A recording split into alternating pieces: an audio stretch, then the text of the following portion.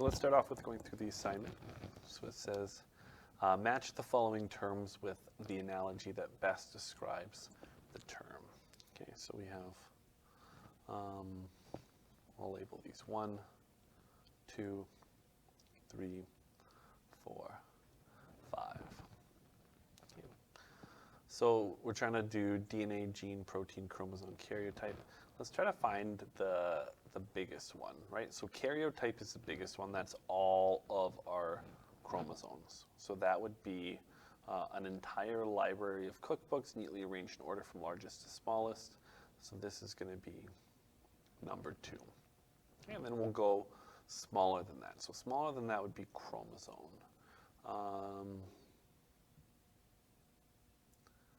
So that would probably be the cookbook. Okay, and then if we go smaller than that, we'd go gene, right? Letters and words, instructions for making a cake, so that would be smaller, so that would be 5. And then DNA is even smaller than that, so letters and words in the recipe. And then the cake produced by following the instructions, that's going to be the protein. That's the thing that we make. So this would be 3. Okay. How many chromosomes are in a normal human autosomal cell? 46. And how many chromosomes are in a normal human gamete? 23. Determine the gender of a person who is 2X. So 2X's is a girl, female, and then an X and a Y is a boy. Dogs have 78 chromosomes, cats have 34, and goldfish have 94. Why are they always an even number? Because they always come in pairs, right? So if you have an odd number like 23, it becomes 46 when you're talking in pairs. So you always end up getting an even number.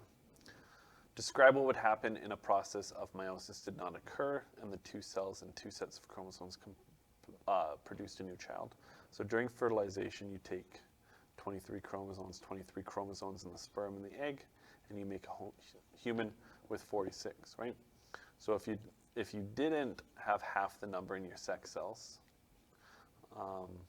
then you'd end up getting 46, and then you'd end up getting, what is that, 92, and so you'd get a human with 92 chromosomes, and that human would not live. Draw a diagram of meiosis, mitosis, and how many chromosomes are present in each step using 2n or n. So mitosis is the easiest one. We go 2n into 2n, like that. And then with meiosis, they split once. Oops, that's an n. And then they split into n's again, like that. So this is meiosis, making little me's, and this is mitosis.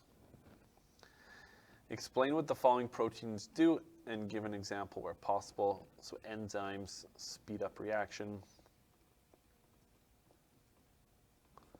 Digestion is a good example of that. There's stuff in our digestion to speed up the reaction. Hormones, they send a message. Okay. An example would be hormones, pregnancy, to tell your body that it needs to do all the things that it's going to do. That would be hormones. Structural, provide structure, provide framework. Keratin is an example that comes up quite a bit. Transport, move things. And hemoglobin is an example. Defensive, so these are those antibodies. Our protein, Schwab IES, provide defense.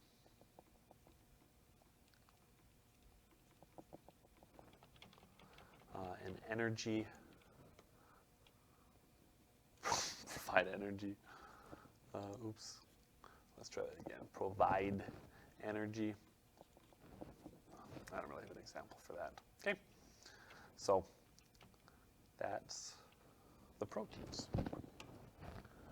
Okay, and let's do these sample diploma questions. So match below.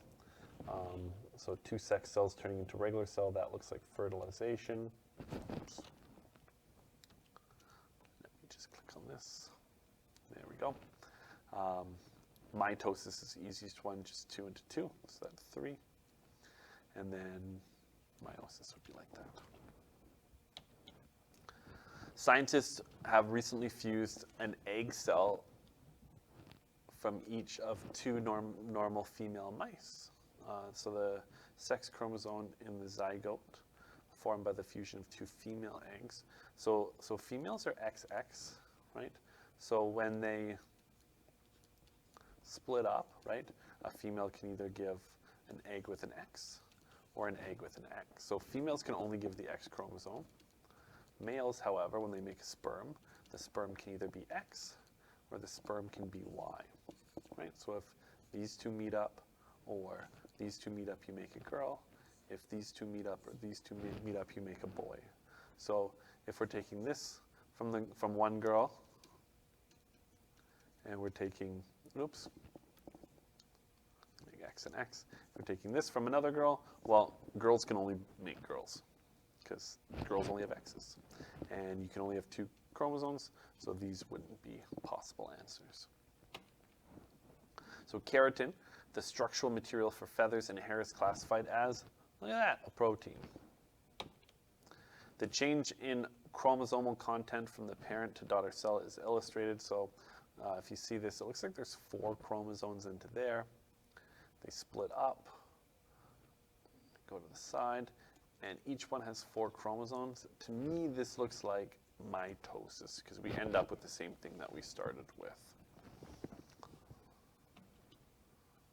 Using the numbers above, choose one protein and match it with the corresponding function and classification of that protein. So if we want to choose antibody, if we want to choose one, so antibody attaches to pathogens, and that would be a defensive thing. Or if you chose hemoglobin, hemoglobin delivers oxygen, and that's a transport one. So 238156. Either one of those is correct. Okay, so let's talk about this lesson. We'll talk about Punnett Squares. So curriculum. Explain with the aid of Punnett Squares the inheritance of single traits by applying current understanding of gene segregation and dominance. Okay, so these are, excuse me, these are terms that will come up. Distinguish autosomal from sex-linked patterns and predict quantitatively the probability of acquiring a particular trait in an autosomal or sex-linked pattern of inheritance. Okay, so we talked about autosomal, talk about what sex-linked is. Let's get started. So this video here shows about domesticating animals going to certain traits because that is something that humans do. So we'll watch this video. Fox number 1. So that is me, locked in a pen in San Diego. And that is a very special red fox from Russia. We're testing whether the fox likes me because it's actually bred to be friendly towards people. And in that moment, I'm really hoping it passes the test. I'm just minding my own business.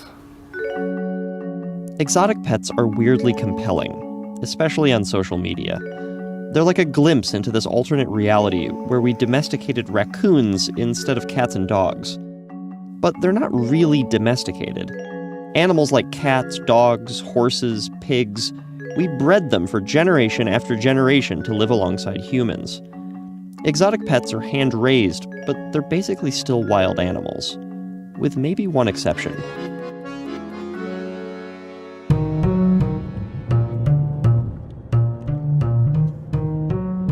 We drove up into the hills outside San Diego to meet a very few rare animals. They're foxes that are born without any built-in fear or aggression towards humans. They wag their tails at you, they like treats, they're very curious about you, though they are a little camera shy. There's nothing quite like them. Oh, I got a lick. We're visiting Amy and David Bassett at their Canid Education and Conservation Center. It's sort of an interactive zoo built to introduce the general public to foxes. The Bassets got them as pets, but not from an exotic pet breeder. They're the result of a nearly 60-year-long Russian science experiment. Victor, sit. Sit. Good fox. Good fox. It all traces back to a Soviet geneticist named Dmitry Belyaev. In the 1950s, Belyaev hit on an idea that was radical for its time: that domesticated animals like dogs are friendly to people because of genes that govern their behavior. Meaning, the process that turned wolves into dogs tens of thousands of years ago was essentially evolution. There were friendliness genes that won out in wolves as they adapted to live alongside humans. These foxes exist because of the way Belyaev tested his idea. In 1959, his team began selectively breeding foxes at the Institute of Cytology and Genetics in remote Novosibirsk, Russia. The criterion was simple. The foxes that showed the least fear or aggression when approached by experimenters were allowed to breed. The less friendly foxes weren't. They selected the next generation of foxes the same way, and the next generation, and the next, for decades. Belyaev died in 1985, but the work continued, and by 2004, nearly 70% of the foxes had reached an elite level of friendliness. By some measures, they had domesticated the fox. Which is how, a few years back, two dog lovers found themselves in over their heads. We had absolutely no idea. They're very cheeky, very mischievous, get into everything, chew and tear everything apart. David and Amy currently own 5 of the only 10 or 15 Belyaev foxes in the United States. It cost around $9,000 to buy and import one all the way from Siberia, and they came with a learning curve. We learned quickly that they're not really house trained, so they will poop and pee everywhere. So it's not very easy to have them in your kitchen, say, when they jump on the counters and poop. The Bassets have since adjusted to life with foxes, but they've learned that being domesticated is one thing, being man's best friend is another. While they are certainly tame, they're fascinating and incredible animals, they're still foxes. And when you domesticate a fox, you don't make a dog. You make a domesticated fox, any more than when you domesticate a horse, you make a dog. So Belyaev did not recreate the dog. But for anyone studying how wolves evolved into dogs, the foxes might still represent a behavioral stepping stone. They're on a path to doghood, if you like. Clive Wynne is a professor of psychology at Arizona State. He studies the unique relationship between dogs and people, and the way that dogs go above and beyond simple friendliness towards humans. Dogs have this emotional availability, I sometimes call it hypersociability, that they are so very, very ready and willing to form emotional relationships. According to Clive, at least 14,000 years ago, hypersocial dogs emerged from a population of wild wolves. And no one's really sure how it happened. I mean, that is the million-dollar question, and we don't exactly know. But the Belyaev foxes might offer a clue. Clive and his team have a simple test to see how far along the foxes are on their path to doghood. And they told us how to carry it out. So the experiment is really simple. I have a 1 meter radius circle all the way around me, and they're gonna bring in a fox one at a time into this enclosure. The idea was to see how much of 2 minutes the foxes would spend inside my circle. We tried first with the 3 Belyaev foxes, and one by one, they trotted up, sniffed me, and then relaxed somewhere else. Which has been Clive's experience with the foxes too. They greet and they interact, and then they move on. For comparison, we also tested a fox that was hand-reared by humans, but genetically wild. It never set foot inside the radius, and it never relaxed. And for a final contrast, we tested a dog. I gotta ignore you for 2 minutes. Afterwards, we got to spend some more time with the Belyaev foxes, and they were completely tame with us, just not so friendly. Clive and the Bassets suspect that this is because of their early lives as lab animals. They were bred for generations to be friendly, but then barely socialized as youngsters. And that's important, too. The fact that I'm such a nice guy isn't just the beautiful genes that I inherited from my parents, but the experiences of life that I've had along the way. Clive and his team plan to keep studying fox behavior to build out a roadmap for how dogs became dogs. But locked inside each of those foxes is another roadmap, one that might help explain domestication in any animal. In some situations, it's like a single gene. In some situations, still a few genes. Anna Kukekova is a professor of animal sciences at the University of Illinois at Urbana-Champaign. Since 2002, she's been collaborating with the Institute in Russia on genetics research. Her goal is to reach the absolute core of the fox experiment, the specific genes involved in fox domestication. And a few weeks ago, she and her team published a paper in Nature, Ecology, and Evolution that made a lot of progress. Now we know that there are about 100 regions in fox genome which in some way can contribute to some behaviors, tame behavior, friendly behavior, or aggressive behavior. Anna's research is valuable because it directly compares the genes of wild and domesticated foxes. We can do that with wolves and dogs, but we can't infer as much about it. As dogs evolved, friendliness just wasn't the only trait that mattered. For example, they also had to digest human food. So we can see which genes changed from wolves to dogs, but it's harder to know whether those really are behavior genes. On the other hand, there was only one fox trait that Belyaev selected for: friendliness towards humans. So here, it's a little easier to associate behavior with DNA. Can we actually nail down some regions to a single gene and try to demonstrate that this gene actually has effect on behavior? And we were successful. And this is such a big deal because there's a lot of overlap in mammalian genes. So these genes that Anna found, they could help us understand domestication across the board. And given that, it's possible that we could use gene editing tools to domesticate entirely new animals in the lab. Maybe. yeah, we were thinking about that. I have doubts that we ever will be able to create mouse which wags its tail. I don't think it will work, but we'll see. But back in reality, where does that leave the foxes?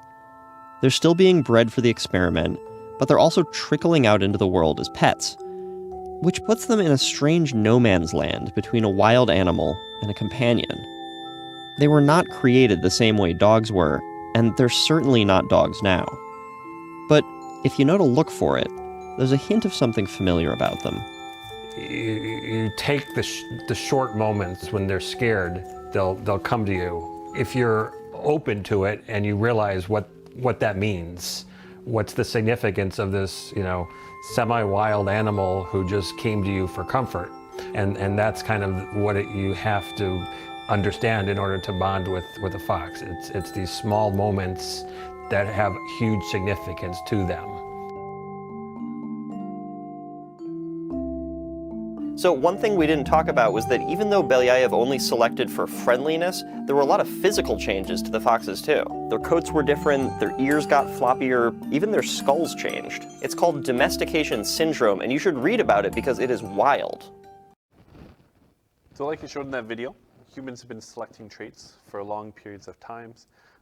So humans have been using selective breeding for thousands of years. So what this produces is breeds of plants and animals that have particular desired traits. So if you went back 1,000 years and you went to a restaurant and you said, "I would like corn on the cob, please," this is what they would give you, because this is what natural wild corn on the cob looks like. But what humans have done is they've said, like, okay, this one has, this plant has a few more kernels than normal, this one's a little bit sweeter, let's produce that one. And over time, you end up getting this. Same thing with dogs, right? All dogs come from wolves, but maybe once you have a certain breed of dog, you're like, oh, this dog would look better if its face was smashed in. So I'm only going to breed dogs that have super smashed in looking faces, and you get the bulldog, right? It's like, man, I wish this dog looked more like a wiener. Oh, look, then you make the dachshund, right? So you just breed for certain traits, and over hundreds and thousands of years, you get those big changes. So farmers do this with cattle, right? So we're going to breed parents. The mom has a strong maternal instinct, and the dad has a high growth rate. So we're hoping to get those traits in the offspring, right? So this one, average maternal instinct, no, slaughterhouse. Average maternal instinct, Slaughterhouse. Ooh, strong maternal instinct and high growth rate. Yes, you will breed.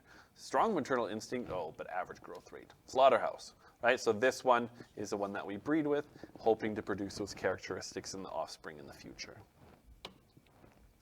So why are traits passed along? Well, scientists didn't know for a long time. So the earliest ideas of how fertilization happened was pre-formation theory. And this is the idea that all body parts in the sperm or egg were already formed and then grew from there. But there's a debate whether they pre-formed, the body was in the sperm or the egg. So this is like little babies here, and they were the sperms, right? A couple different pictures of them as sperm. We obviously know this not to be true now, but this is what they used to think.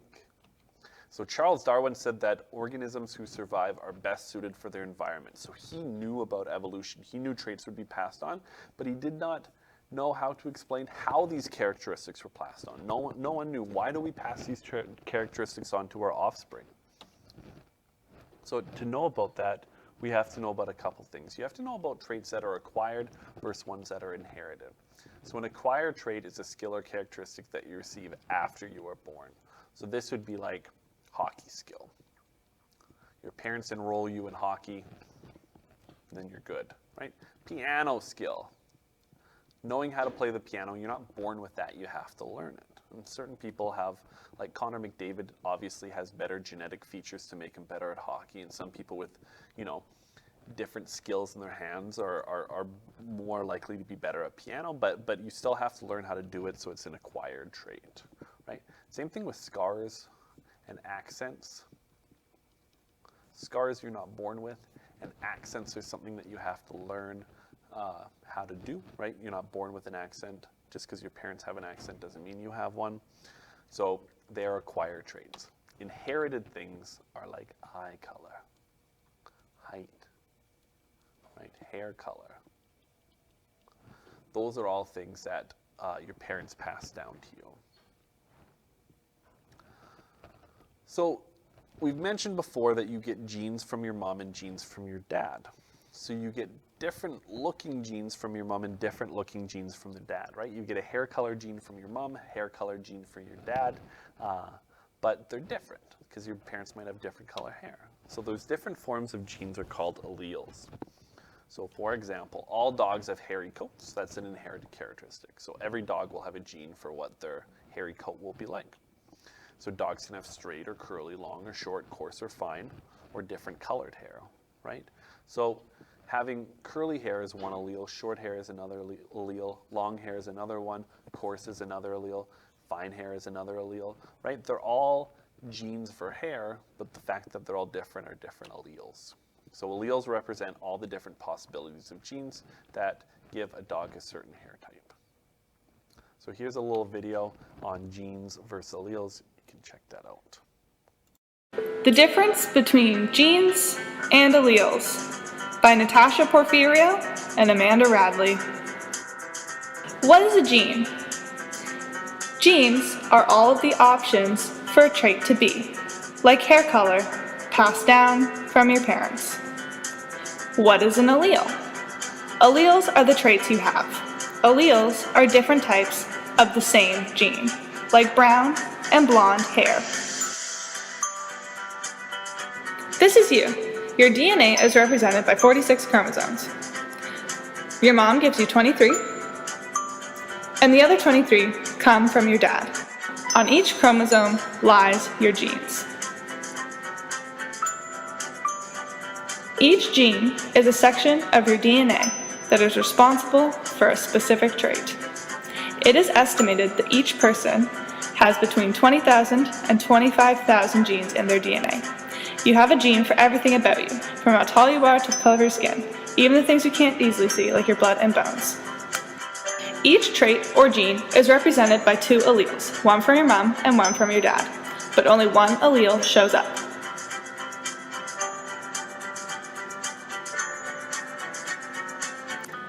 The dominant allele decides what your body will show. Dominant is the most influential allele.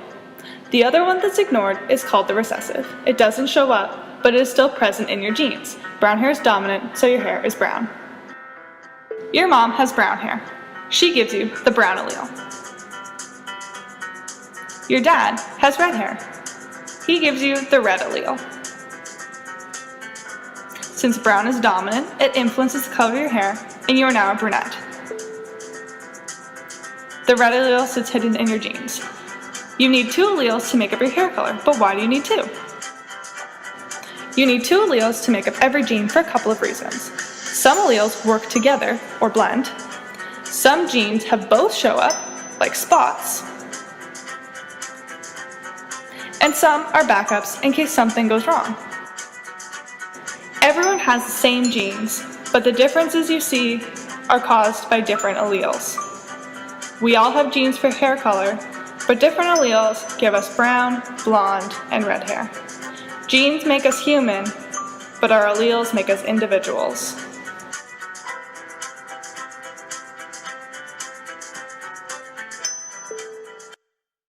So the first person to actually figure out a mechanism in which genes were passed on was a monk. His name was Gregor Mendel. So Mendel was a monk who did experiments on pea plants in his monastery and later became known as the father of genetics. So he wasn't a scientist or anything, he was just doing this for fun, and he did little experiments and he came up with a mechanism in which traits are passed on.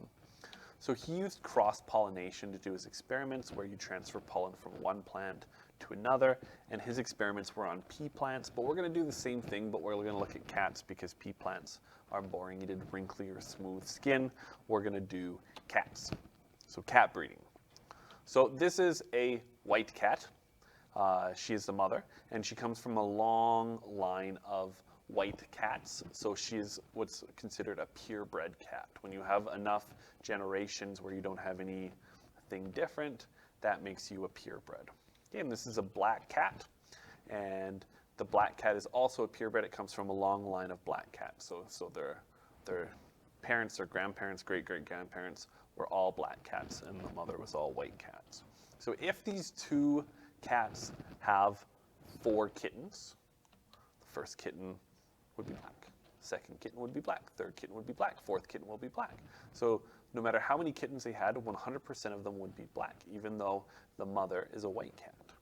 Okay, so this is where the messed up part happens.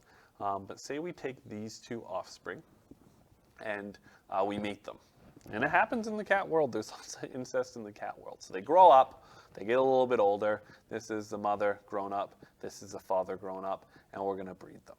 Okay? So if these 2 brothers and sisters have cats and they have 4 kittens, first cat will be black, second one will be black, third cat will be black, fourth cat white. That's a little bit weird. So if you have a white and a black cat, they will always produce black cats. But now all of a sudden you have 2 black cats, and a quarter of the time they produce a white cat. So this is very strange. So the way that we can figure this out is through Punnett Squares. So a Punnett Square is a table to help predict the probability of offspring having a certain genetic makeup or genotype. Okay, so before we do that, I'm just going to go to the next slide and talk about dominant versus recessive. So a dominant trait are caused by dominant alleles. So if an offspring has a dominant allele, it will always show up. A recessive trait can only be expressed if both alleles are recessive, right? So being able to roll your tongue is a dominant trait. So if you can't, it's because you have 2 recessive genes, right? So you get a gene from your mom and a gene from your dad. So say you got the recessive gene from your mom for rolling your tongue and the recessive gene from rolling your tongue from your dad. So you have both of these genes here. This means you can't roll your tongue. But if you got the recessive gene from your mom and then the dominant from your dad, well, you don't have both recessive genes, so you would be able to roll your tongue. Or you might get both dominant genes from your parents and you'd be able to roll your tongue. So let's go back to the cats. Okay, so I said this was a purebred cat, and the only way, like you can see that most of the cats are black cats. So the only way you can be a white cat is if you have both recessive alleles, because it's a recessive gene. So we're going to say that if you have, We'll go C's, that's fine. If you have a small c, you are white. And if you have a big C, that's black. Okay, so this is a purebred white cat. She comes from a long line of white cats. So she has a genotype small c, small c. And I'll talk about what genotype means. Okay. This black cat comes from a long line of black cats. So he is going to be 2 big C's. Oops. So we put that one here. So if I bring this down, so I'll bring the small c here, bring this down, small c here, small c here, and then bring this one across. So big C and big C, bring this one across, big C and big C. We can see all the different makeups of our offspring. So all the offspring are not like the parents. Neither of them have 2 small c's, neither of them have 2 big C's. They have a mixture of a small c and a big C. But because that dominant gene is there, that black color gene, the black color shows up. So we get all black cats. So when we do the second step, right, these grown-up versions of it, they all have the mix, right? Small c, big C.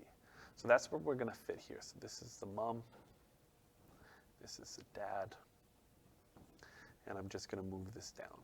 So I'm going to go small c, small c. I'm going to move this down, big C, big C. I'm going to move this across, small c, small c. And I'm going to move this across, big C, big C. And when we look up the makeup of all our offspring, right? Ooh, we have 2 of the small c's, both of the recessive. So this is our white cat. We have a dominant, so it's black. We have a dominant, so it's black.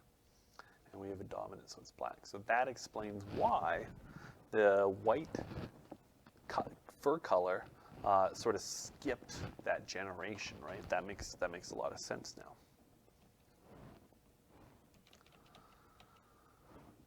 So there's some terms you need to know of. So when an organism possesses 2 of the same allele, either dominant or recessive, they are called homozygous. Now let's go back. Let's look at this. So this original mom was homozygous, and this dad was homozygous, right?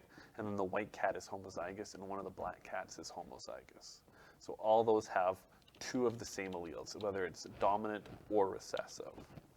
When an organism possesses 2 different alleles, one dominant, one recessive, they're called heterozygous, right? So all the offspring here were heterozygous, one of one, one of the other.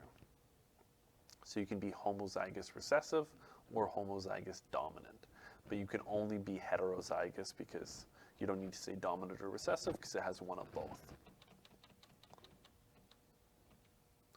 Okay, and the term genotype and phenotype will also come up. So your genotype is a description of all the alleles you possess. So this is the genotype. So that's what we figured out from our Punnett square was a genotype, both alleles. Okay? And one way to express it is homozygous dominant, homozygous recessive, or heterozygous. That's how you can express it, or you can write it like that. So if I ask for the genotype, you could go like this, or you could say homozygous dominant. And a person who is a carrier, so when we talk about genetic disorders, we'll talk about carriers. So a carrier is when you're heterozygous, so you have one of each. So it doesn't show up, but you have the gene for it. Phenotypes is the traits you show. So sometimes we express it as recessive or dominant, or sometimes we express it as a trait observed. Right? So if we go back, let's go back to our cats. Right? So the genotype, so this is homozygous recessive. The phenotype is white. Sometimes I just talk about the trait, right? They have white fur, so that would be the phenotype.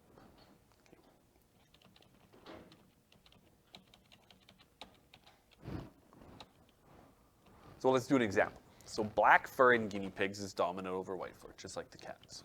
Okay, so this is the colors, or this is the abbreviations they've given us. C is bad because big C and small c are hard to make look different. So state the phenotypes for all the following genotypes and label them as heterozygous, homozygous dominant, or homozygous recessive. Okay, so this is homo dominant. So that would be my genotypes I'm talking about, and the phenotypes is it's going to be a black-furred guinea pig. Okay, this one is hetero. Notice I don't need dominant or recessive, so that's a genotype, and the phenotype would be it's also a black-furred guinea pig. Okay, and then we have two recessives here, so they're the same, so they're homozygous and they are recessive, and this will give us a white-furred guinea pig. Okay, so this is my phenotype, and that's my genotype over here. So black fur guinea pigs is dominant over white fur. Same one. Draw a Punnett square for a cross between two heterozygous guinea pigs. So we can draw a Punnett square for that. So if they're both heterozygous, it's going to be like that. And I'm just going to bring this down. And I'm going to bring this down. And I'm going to bring the small b across and the big B across. Okay, across, bring that across. So these are all the different genotypes. So I could have a white guinea pig and 75% chance of having a black guinea pig, 50% chance of having a heterozygous black guinea pig. Okay. So you guys are going to do a board question. Okay, so pause the video before I go through it and try it yourselves. So nectarines and peaches are genetic variations of the same fruit. So the fuzzy skin of the peach is produced by the dominant allele. They gave us this letter. And the smooth skin of the nectarine is produced by the recessive allele.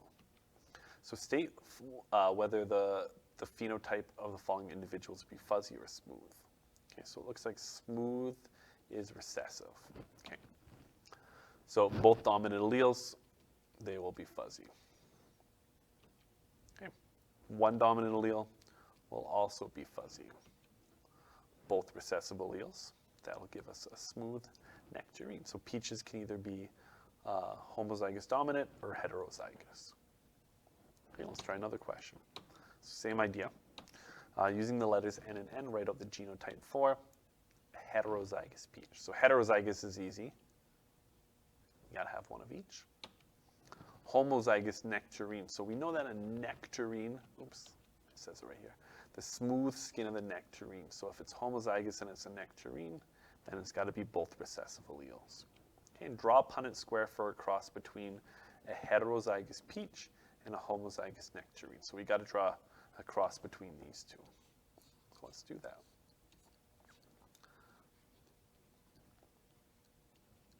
Okay, so I'm going to bring this big N down and this little N down. I'm going to bring this small N across and this small N across.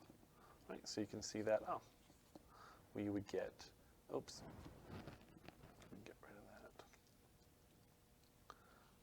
So we get 50% chance of being smooth, 50% chance of being fuzzy.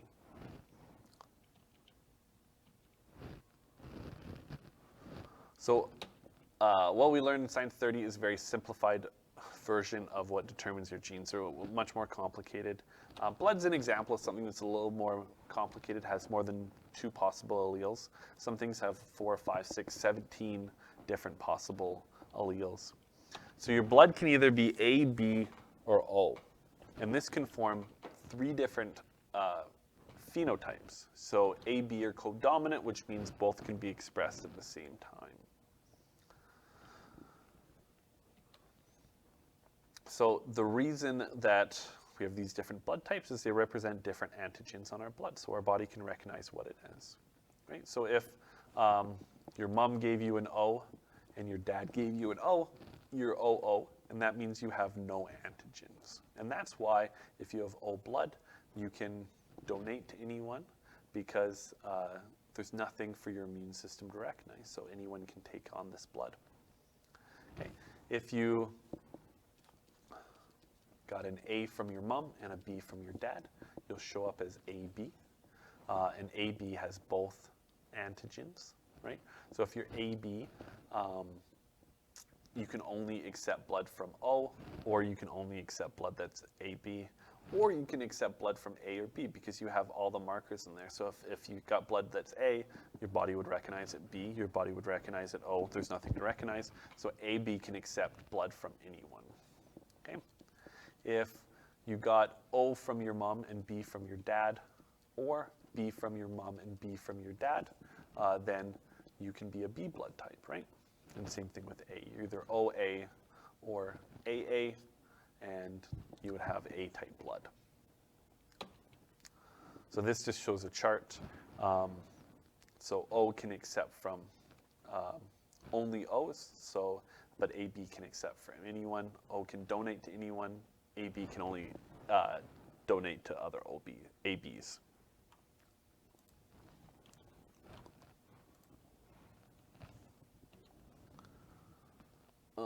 I'm just going to skip that stuff. That's not really that important.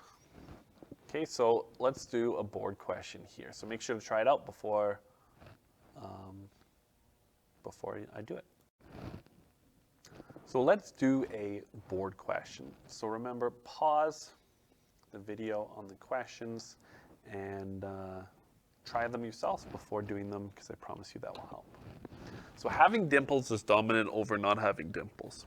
So if a homozygous man with dimples has a child with a homozygous woman without dimples, hey, so this is me and my son when he was little. So I have dimples, he has dimples. So we both have dimples, so we can figure out some information about what makes up my genes and his genes. So what are the genotypes of the mom and the dad? So it's a homozygous man with dimples. So to do this question, we need to make a legend. D is a good letter because big D and little d look different. So the dominant genes is having dimples. And then the lowercase d would be not having dimples. So this helps organize things. It also helps if it's a written question. I can sort of see if you know what you're talking about. So it's a homozygous man with dimples. That means that it's going to be big D's. Okay, and the child has a child with a woman, a homozygous woman without dimples. So homozygous means the same. Only way she cannot have dimples is small case d.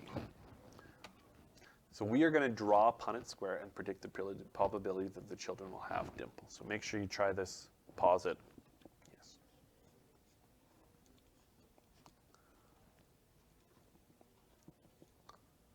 Okay, so I'm going to bring big D, all those big D's down, and then the little d across, like that. And if you see, oh, the dad always gives them that dominant gene, so 100% of the kids will have dimples.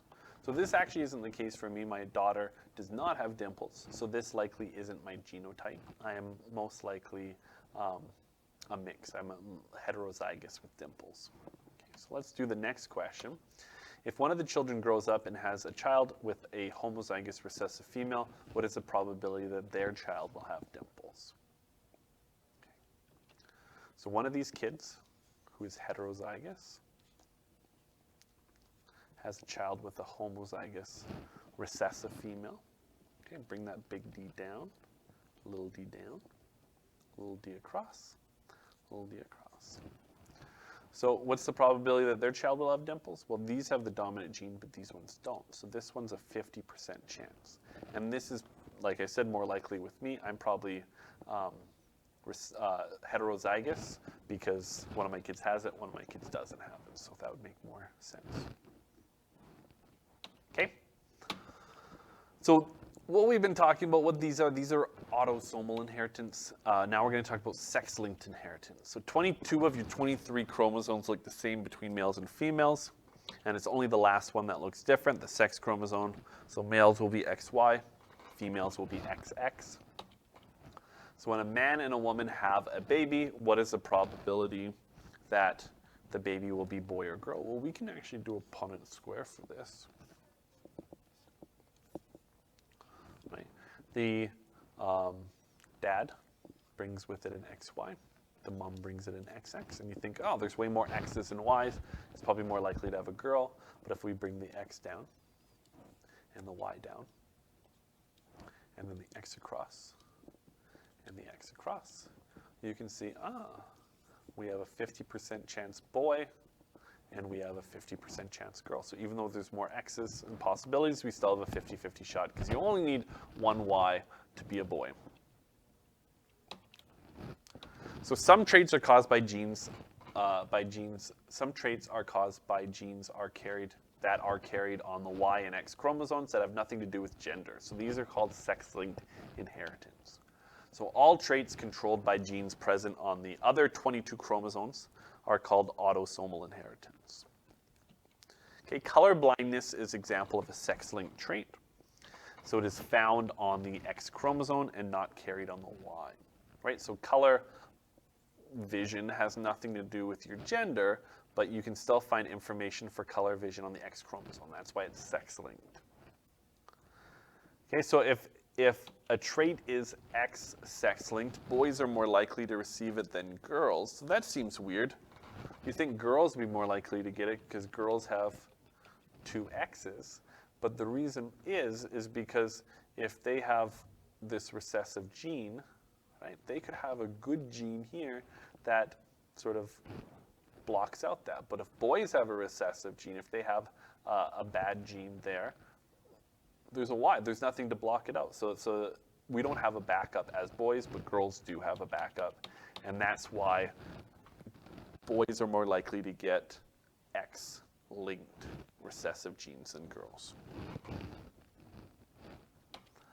So this is a color blindness test. You can look these up as dots within dots and see if you're colorblind or not, and you can see if you have that recessive X-linked trait. But we are going to do some examples. So a homozygous woman who has 2 alleles for full color vision has a child with a colorblind man. Okay. So we said that it's X-linked, so we need to use X's and Y's. So it's a recessive allele. So we'll just use recessive. And this means that you're colorblind. And this means that you have color vision. And Y, that doesn't mean anything, right? If you're Y, it has nothing to do with color blindness. So a homozygous woman who has 2 alleles for full color vision has a child with a colorblind man. Describe the genotype of each parent. So the dad and the mom. So the mom has 2 alleles for full color vision. So she has big R. And the dad is XY, and the dad is colorblind because the dad has a small r on there. And the Y we don't put anything on because it has nothing to do with it. So build a Punnett square to predict the genotypes of the children. Okay.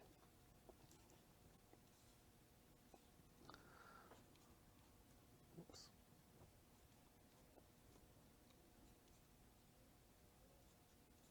Okay, so the mom always passes down her good color vision allele.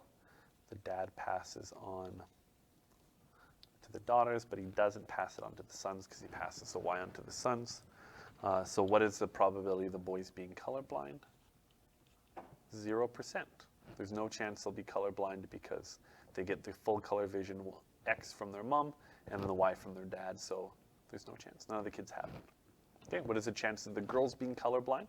0% as well, but both of them are carriers, so they're likely to pass it down to their sons is what they're likely to do.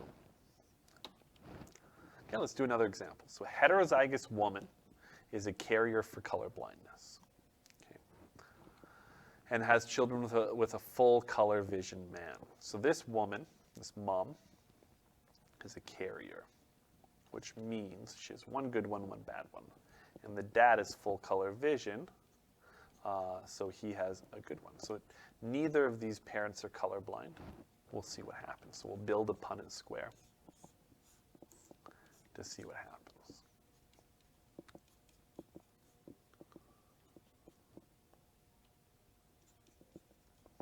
So the mom passes down that color blindness gene, and then her good gene.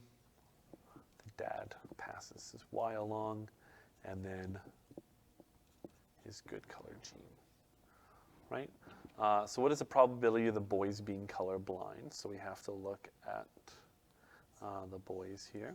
So this boy's fine, he's got full color vision. Ooh, but this boy's colorblind, so we have a 50% chance of our boys being colorblind, right? Because this kid's colorblind. He's got the R and the no backup gene. What is the probability of girls being colorblind?